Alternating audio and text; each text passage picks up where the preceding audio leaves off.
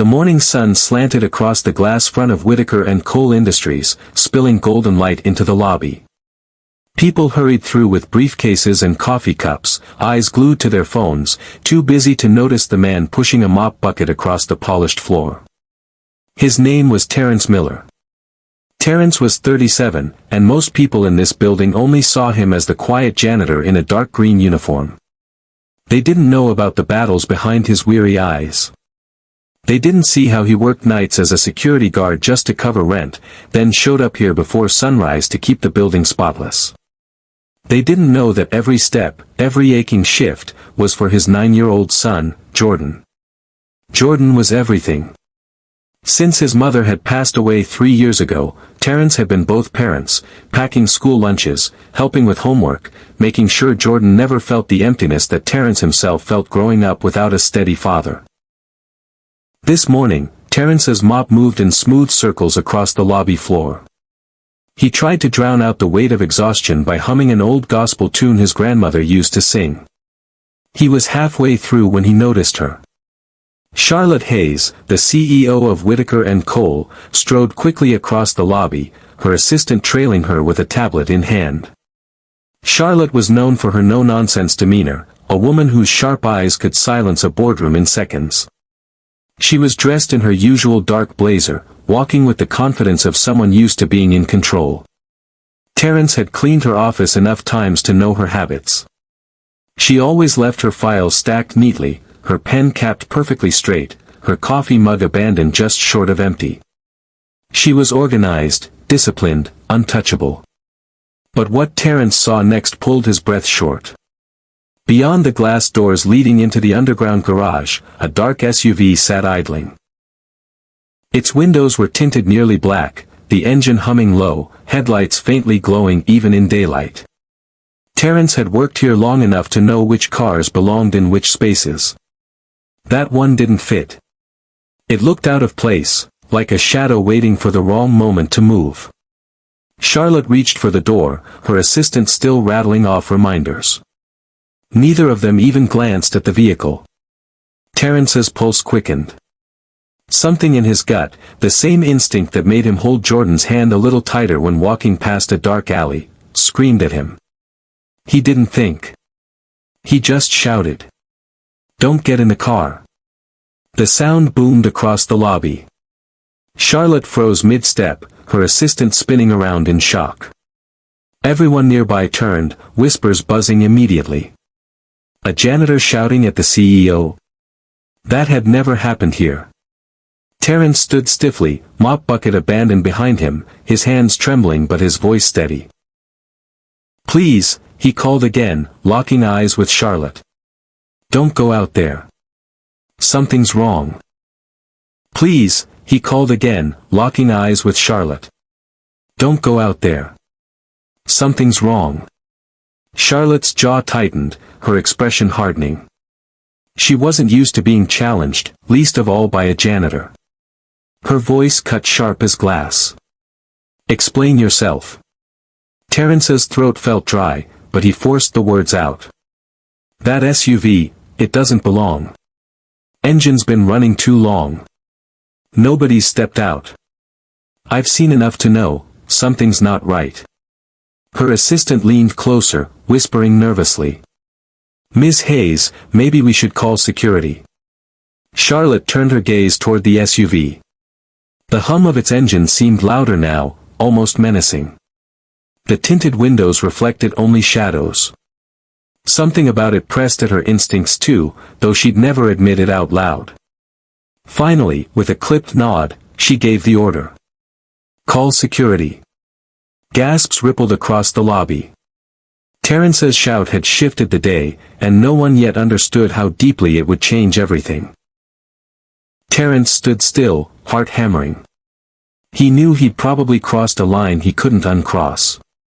In a world where people like him were meant to stay unseen, he had made himself visible. Too visible. His job, his only stable paycheck, might be gone before the day was over. But when he pictured Jordan's face, smiling at him across their kitchen table the night before, proudly showing off his spelling test, Terrence knew he'd make the same choice again.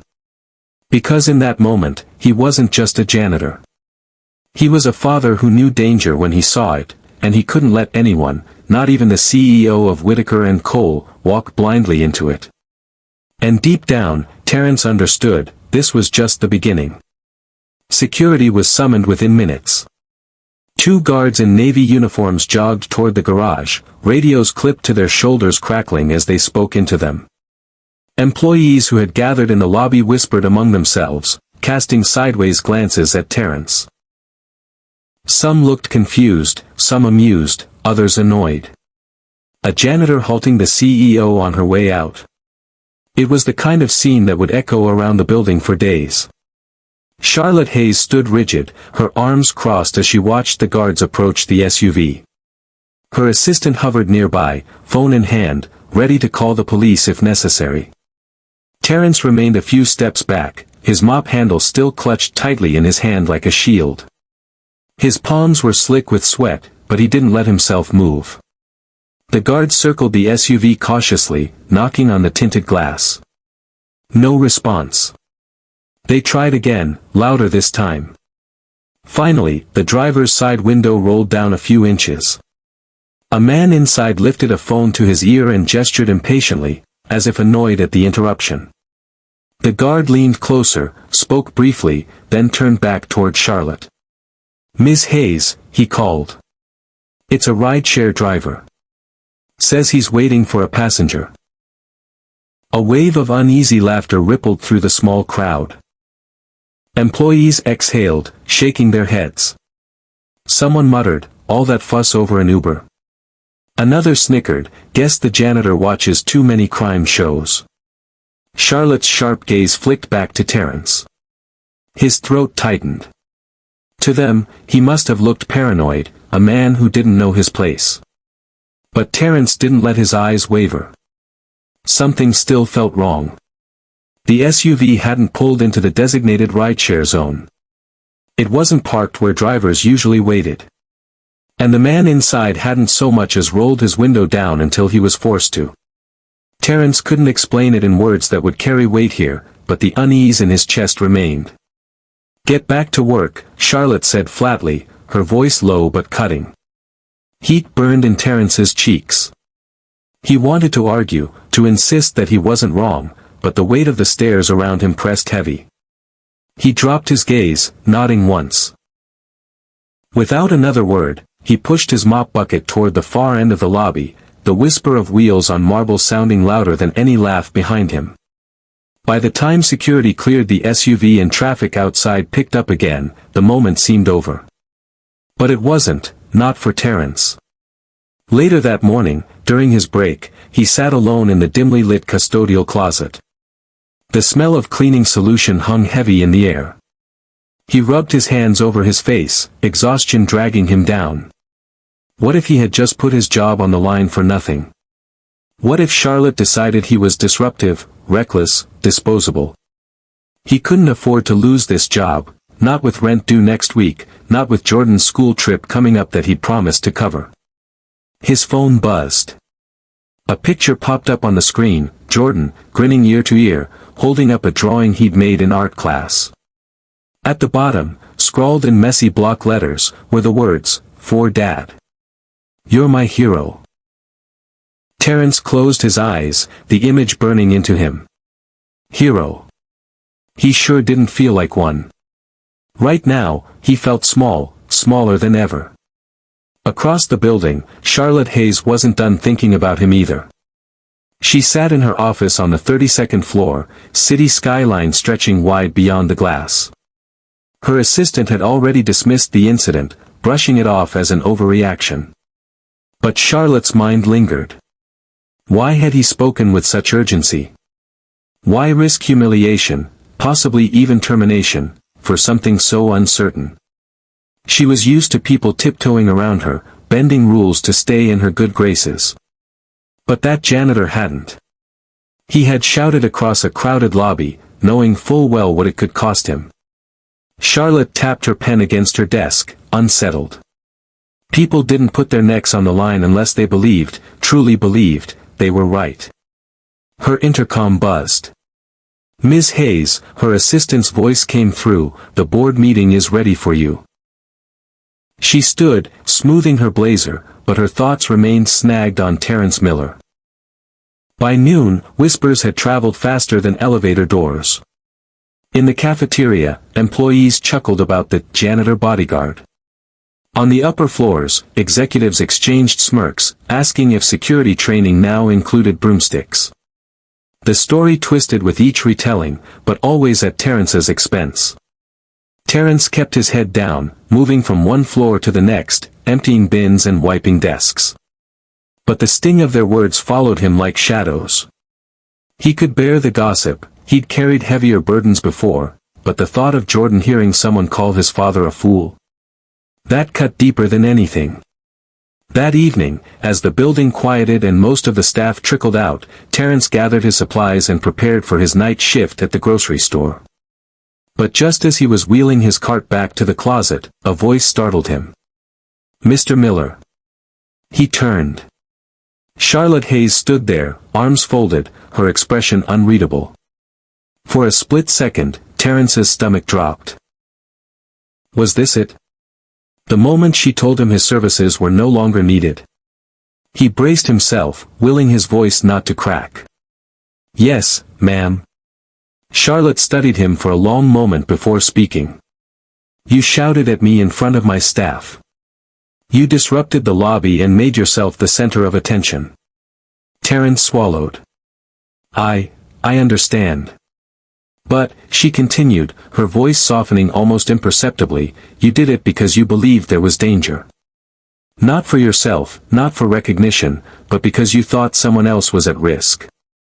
Terrence blinked, unsure if it was a trap. "Ma'am, I couldn't just stand there." Her lips pressed together, almost the hint of a smile. "Not many would have done what you did." She tilted her head slightly. "For that reason, you're not being dismissed. At least, not yet." Terrence exhaled, relief flooding him. But Charlotte wasn't finished. "Tell me something, Mr. Miller. Where does that instinct come from? That certainty you had?" Terrence hesitated. Then, quietly, he said, "From being a dad. When you're raising a child on your own, you learn to see danger before it comes. You don't get to be wrong. Ever." Charlotte studied him, her gaze softening just enough for him to notice. And in that moment, though neither of them realized it yet, the balance of power between a CEO and a janitor shifted. Because soon, the company would face a crisis bigger than either of them could imagine, and the one person everyone had laughed at would be the one standing between them and disaster. But Charlotte's words weren't just acknowledgement, they carried weight. She knew her company faced threats most employees couldn't imagine. And here was a man, unseen in the background, who had spotted danger before trained security had. That night, when Terrence returned home to their small two-bedroom apartment, Jordan was waiting at the table with homework spread out. His son's eyes lit up when he saw him. "Dad! Somebody at school said you saved your boss today. Is it true?" Terrence laughed softly, setting his keys down. "News travels fast, huh? Is it true?" Jordan pressed. Terrence knelt beside him, meeting his eager gaze. "I don't know if I saved anybody. I just spoke up when I thought something wasn't right." Jordan grinned, proud. "That's what heroes do." The words hit Terrence harder than he expected. Heroes. He had spent years trying just to survive, to keep food on the table, to make sure Jordan didn't go without. But hearing his son say it out loud, maybe that was enough to make him believe it, too. Meanwhile, the company's board of directors was less generous. The following day, Charlotte found herself in a tense meeting with the top executives. They questioned her judgment. Why had she stopped for a janitor's warning? Why had she involved security at all? One executive, Harold Jensen, scoffed openly. "With all due respect, Charlotte, you can't let staff at that level dictate your movements. It undermines your authority." Charlotte's eyes narrowed. Staff at that level prevented me from walking into a trap. Authority means nothing if you're not alive to exercise it. The room fell silent. But Harold wasn't done. Even so, we can't encourage this kind of disruption. What's next? The cafeteria workers telling us how to run the company. Charlotte's jaw tightened. She was used to pushback, but this one grated. Not because Harold was questioning her, but because he was dismissing someone who had shown more instinct and loyalty than half the people in that room. Mr. Miller stays, she said firmly. And from this point forward, if he has something to say, we listen. The executives shifted uncomfortably.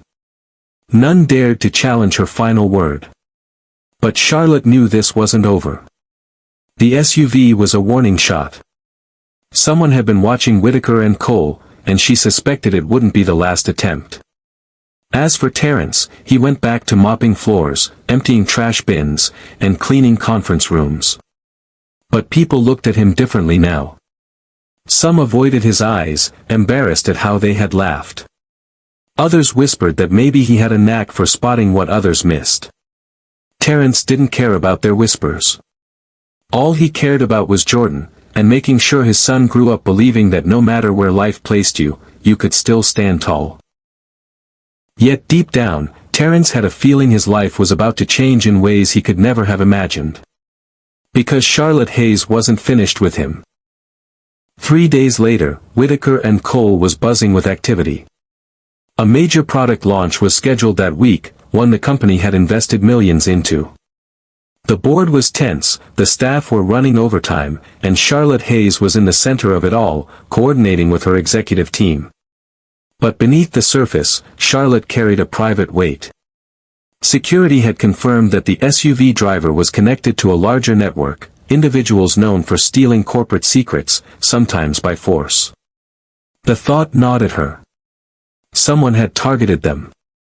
Someone wanted what they had. She had doubled security around the building, but she still couldn't shake the image of Terrence Miller standing in the lobby, voice cutting through the noise like a blade.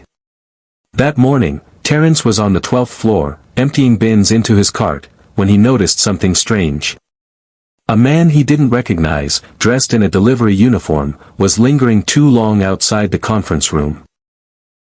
He wasn't pushing a cart, didn't carry a package, just stood there with a clipboard, eyes scanning the hallway. Terrence froze. He had seen enough night shifts at the grocery store to know what casing looked like.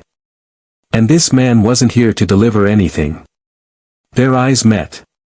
The stranger quickly turned and disappeared down the stairwell. Terrence's pulse hammered. He wanted to run after him, but he knew better. Instead, he grabbed his radio, the one custodial staff used to check in. Security, this is Miller on 12. Got a suspicious. The radio cut to static. Terrence frowned, shaking it. No signal. A chill swept over him. Something was wrong with the building. He moved fast, pushing his cart to the side and heading straight for the executive floor. When he reached Charlotte's office, her assistant tried to block him. You can't just. It's urgent, Terrence said, his voice sharper than he intended. Before the assistant could respond, Charlotte's voice called from inside. Let him in. Terrence stepped into the office, catching his breath. Charlotte looked up from a stack of reports, brows arching. What is it? Somebody's inside the building who shouldn't be, Terrence said quickly. I saw him on 12. Disguised as a delivery man. But he wasn't delivering anything. Charlotte set her pen down. The steadiness in Terrence's voice gave her pause. You're certain? Yes. And the radios are down. I tried calling it in, nothing. Charlotte didn't hesitate. She picked up her desk phone, only to hear dead silence. She tried her intercom. Nothing. The building's communications had been cut. Terrence's chest tightened. He thought of Jordan instantly. He thought of all the nights he had told his son, I'll always keep you safe. Now he had to keep that promise for more than just his boy. Charlotte rose to her feet, her composure unshaken, but her eyes sharpened with realization. They're already inside. In that instant, the power dynamic shifted again. For all her authority, for all her leadership, Charlotte had no experience with this kind of danger. Terence, however, had lived his entire life preparing for it, not in boardrooms, but in streets, in long nights keeping watch over a child, in instincts honed by hardship. "What do we do?"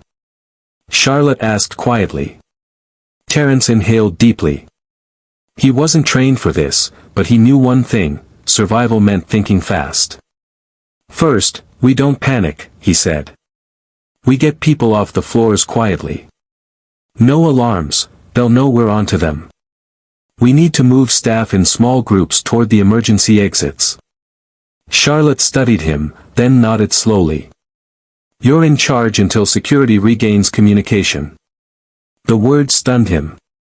A janitor, in charge of the company's safety? But there was no time to argue. Within minutes, Terence was moving through hallways, guiding employees in calm, firm tones. People stared at him with wide eyes, some confused why the janitor was giving orders. But his confidence steadied them. On the 24th floor, they heard the first sign of intrusion, the crack of a door forced open, the echo of heavy boots. Terence pushed a group of staff toward the stairwell. "Go. Don't look back." He stayed behind with Charlotte and two security guards, listening as footsteps drew closer. His heart pounded, but his focus sharpened. He thought of Jordan's words, "That's what heroes do." And when the intruders finally appeared, masked and armed with more nerve than skill, they didn't find a helpless CEO waiting for them. They found a janitor standing tall, eyes steady, ready to do whatever it took. Because Terence Miller had lived invisible long enough. The intruders moved fast, 3 of them, dressed in dark clothing with masks covering their faces. They weren't here to steal laptops or raid desks, they were after something bigger, something only the executive floors could give. Charlotte stood frozen for half a second, then steadied herself. But her eyes went to Terence, almost instinctively, as though she knew her survival depended on him. Terence raised his hand slightly, signaling the guards to hold back. He'd grown up learning that sometimes the first reaction could decide everything. "Stay calm," he whispered to Charlotte. The intruders swept into the corridor, one of them barking, "Nobody move." Another pointed at Charlotte. "You, come with us. Now." Terence stepped forward before she could move. "You don't want to do this," he said evenly. His voice carried not just authority but experience, the kind of tone that came from a man who had talked his way through dangerous nights, who had calmed drunks in alleys and pulled friends out of fights before they turned bloody. The leader sneered. "Stay out of this, janitor." Terence's jaw tightened, but he didn't back down.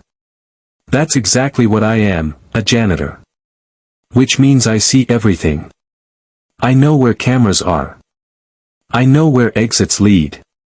I know who's watching." For a flicker of a moment, the men hesitated. That pause gave security the chance to inch closer, but Terence lifted a hand to hold them back.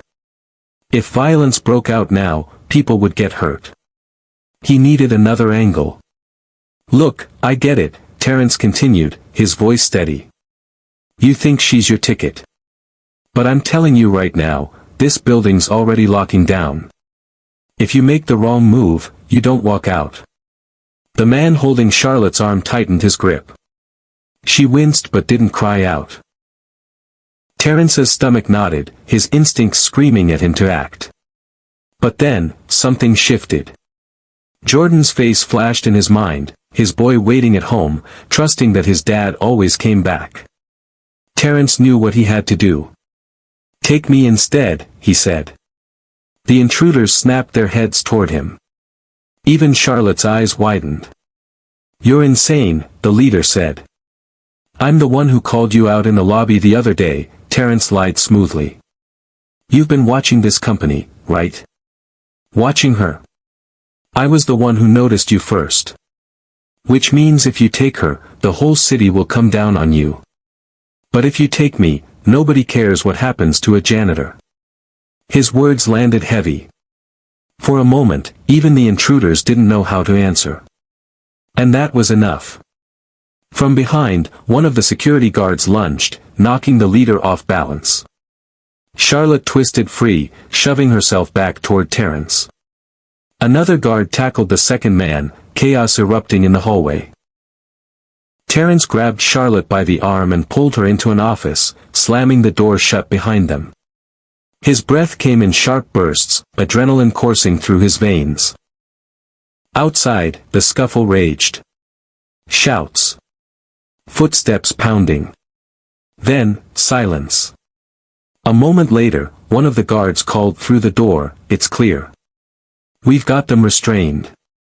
Terence exhaled, shoulders sagging. He looked at Charlotte, who was breathing hard, her usually composed exterior cracked for the first time since he'd known her. "You all right?" he asked quietly. She nodded, still catching her breath. Her eyes lingered on him, filled with something new, not just gratitude, but respect. Later, when the police arrived and the intruders were hauled away in handcuffs, employees crowded the lobby, murmuring in disbelief. The story spread like wildfire. The janitor who had shouted a warning days earlier had now faced down armed intruders to protect the CEO. By evening, the headlines had changed.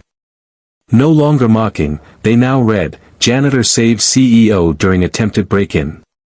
The next morning, Charlotte called Terence into her office once again. This time, her tone was different. Softer, steadier. "Mr. Miller," she began, "you've done more for this company in the past week than some of my highest-paid executives have in years. You saw danger before anyone else. You put yourself on the line for people who didn't even know your name." Terence shifted uncomfortably. "I just did what anybody would do." "No," Charlotte said firmly. "Not anybody. You." She leaned forward. "I want you here, not just as janitorial staff. I want you in a position where your instincts and courage matter. Security, leadership, something higher than where you've been placed. You deserve it." Terence blinked, stunned. I don't know what to say." "Say yes," Charlotte replied simply. That night, Terence went home to Jordan. He sat his son down at the kitchen table and told him everything, the SUV, the intruders, the way he'd been offered a new role. Jordan listened wide-eyed, his hands gripping the edge of the table. "So, you're like a real-life hero now?" Jordan asked, grinning. Terence laughed, pulling him close. "I'm just your dad. That's all I ever wanted to be." But deep down, as he looked at his son's shining eyes, he realized something. Maybe being just a dad was exactly what had made him a hero in the first place.